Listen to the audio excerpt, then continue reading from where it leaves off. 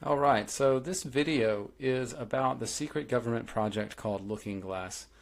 And this is a great video for those of you out there who don't have a background with this, don't know anything about it, because I have compiled all of the whistleblowers who have mentioned this project into this one video. So you're going to get to see it all in a fire hose, and you're going to get it all at once. It's going to be exactly what you need to get caught up.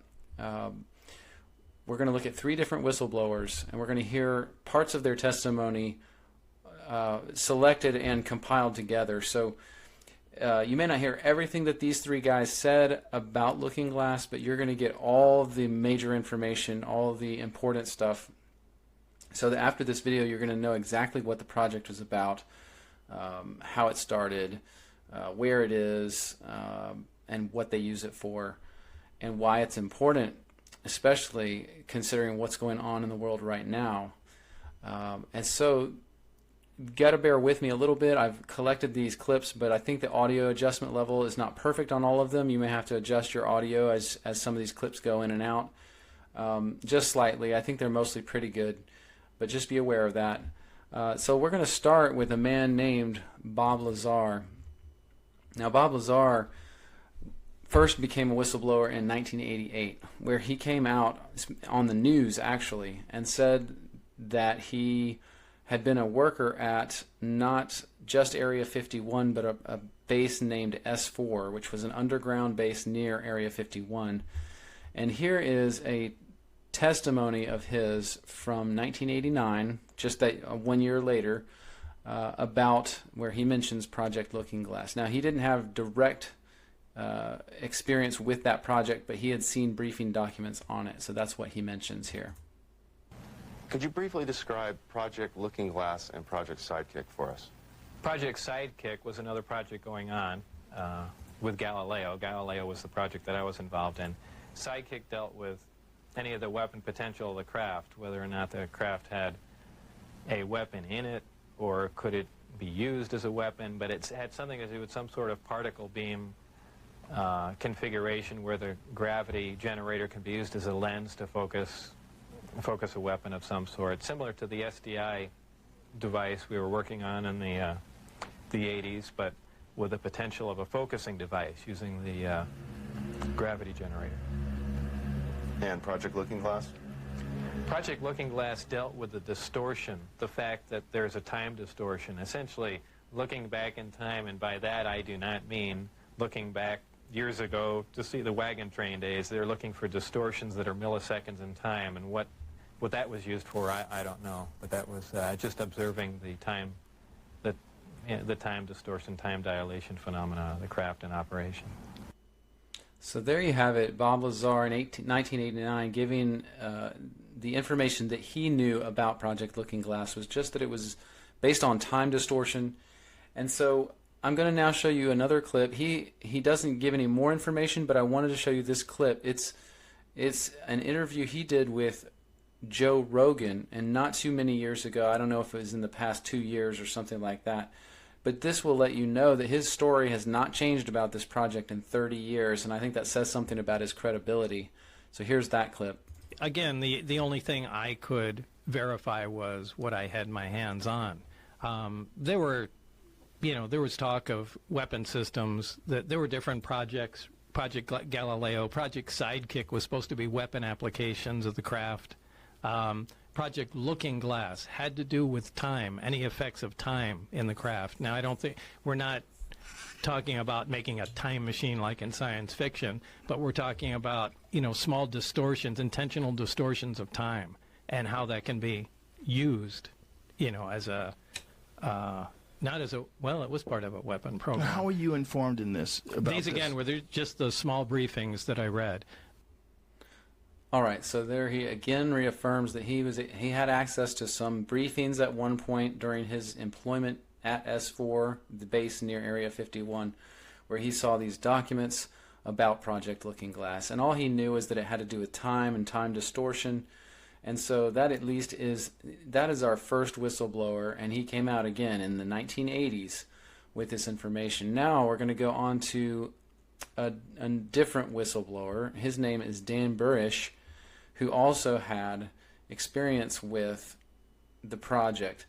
And so here is a clip of Dan Burish introducing himself in an interview with Project Camelot, which is, you can look them up too if you get interested in this. But here you go. I'm a microbiologist, a retired one now, but continuing somewhat the practice involved in a very unusual project called Lotus. I am a 20-year retiree from Majestic, first having been brought in 1986 under the auspices of the Committee of the Majority, and specifically working for the Majestic 12, assigned to Project Aquarius. All right, now he's going to actually explain where the project originated from. Okay, so this looking glass technology comes from cylinder seals. Originally, yes. How? Originally, it was a series of instructions for accessing the wormholes which naturally pass in the hyperspace in which we find ourselves. And from there, they worked on the technology. They built the equipment from the instructions. After building the equipment from the instructions, they began to tweak it and find different things out about it. One of the things that they found is that they could actually use it as a peering portal, like a peering glass, if you will, to see different aspects of not only the future but the past. Are these Sumerian? I would say that they slightly predate Sumerian time frame, but that some of the information which came down from cylinder seals that slightly predated the Sumerian time frame were then recopied in Sumerian seals as well. And those cylinder seals, oh yes, and those cylinder seals, to the best of my knowledge, have all been obtained. From Iraq. Some of them from Iraq, yes. Some of them from Some of Egypt? some of them from Egypt, some of them from other countries where they were being stored. And I really don't want to get my country into too many problems here. and you've got go ahead. For a second, it's All right, so he explained there that the initial plans for the project Looking Glass came from Sumerian or, Mesopotamian cylinder seals that had been found by various governments, and then equipment put together based on those plans. And now here's another clip where he's explaining a little bit about the location of the stargates or portals, as he calls them, related to Project Looking Glass and what has happened to them over the time. Well, we had Looking Glass technology and portal, actual Stargate technology in Iraq as late as the start of 2003. And a lot of countries didn't want us to enter Iraq. We did, though, didn't we? Right. But how is it that, in other words, it sounds Omar like... just handed his two over. We just told him that we were going to make him rich beyond avarice. And he was a little smarter than Saddam, that's all. And so what he did is he handed them over and says, "Oh, please come into my country." He says, look at my my equipment to make sure that I'm not making any weapons of mass destruction. Meanwhile, out the back door goes the two that Saddam actually had transferred over to him. Cylinders. Equipment, Stargate activating technology, for them to experiment with. They were experimenting. But if the Looking Glass technology is the same thing, is accesses a wormhole. The technology Essentially it accesses does, a wormhole. yes. It also accesses stargates. Well, that's essentially the same thing. I've been using the term Stargate Stargates technology as occur- meaning a machine that accesses a wormhole by spreading out the energy, the strange matter, or whatever it is, and I'm not a physicist, that spreads it out in a compatible way to either communicate through it or passage of information. And that includes also But it physical occurs. life. It occurs naturally. Stargates occur naturally. Indeed, they do. All right, so just a little more information there about the Stargate technology, the Project Looking Glass technology. And I just wanted to mention, I'd forgotten earlier, but these interviews, Dan did a few interviews with Carrie Cassidy of Project Camelot, over a few years. I believe this one was about 2006 is when he did this interview and came out with this information. You know, props to Carrie Cassidy. She's been devoting her life to this type of thing for a long time. So I encourage you to look her up if you want more information. One more clip from Dan Burish. He's going to talk about some of the things they saw as they started using Project Looking Glass and using it for trying to predict future outcomes. So let's take a look at that. The numbers that we received before the Looking Glass was shut down, dismantled, was that there would be a 19% probability with an 85% confidence that the disaster would occur, that there would be a transition from timeline 1 to timeline 2. But that then means that there's an 81% chance that it won't. And so the individuals who want to carry the negative, I'm convinced that it's going to occur, are not presenting the facts. The facts are, this is the material that we have available that we know.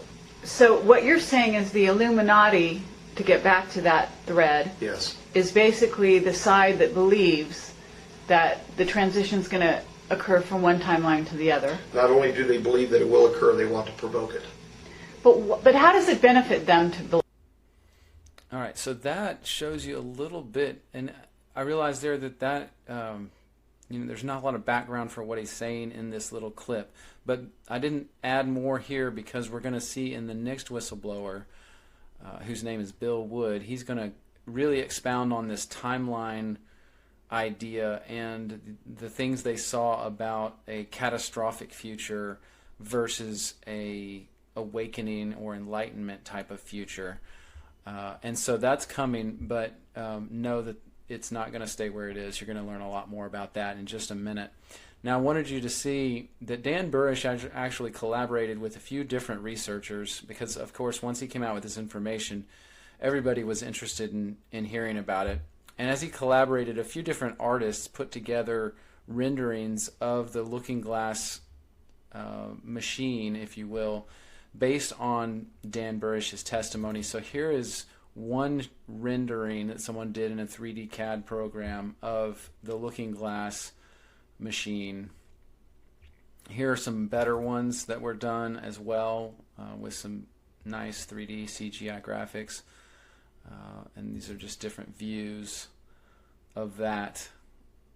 And these are on the internet. You can find all these. It's just I've compiled them all here in this video for you.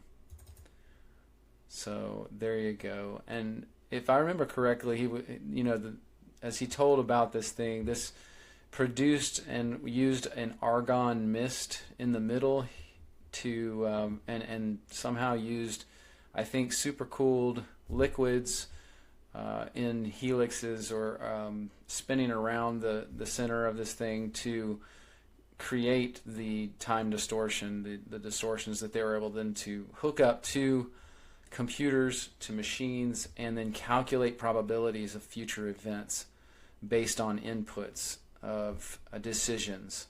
And so they would, set all this up and then run it through the system and see what the outcomes were going to be in an effort to predict future events.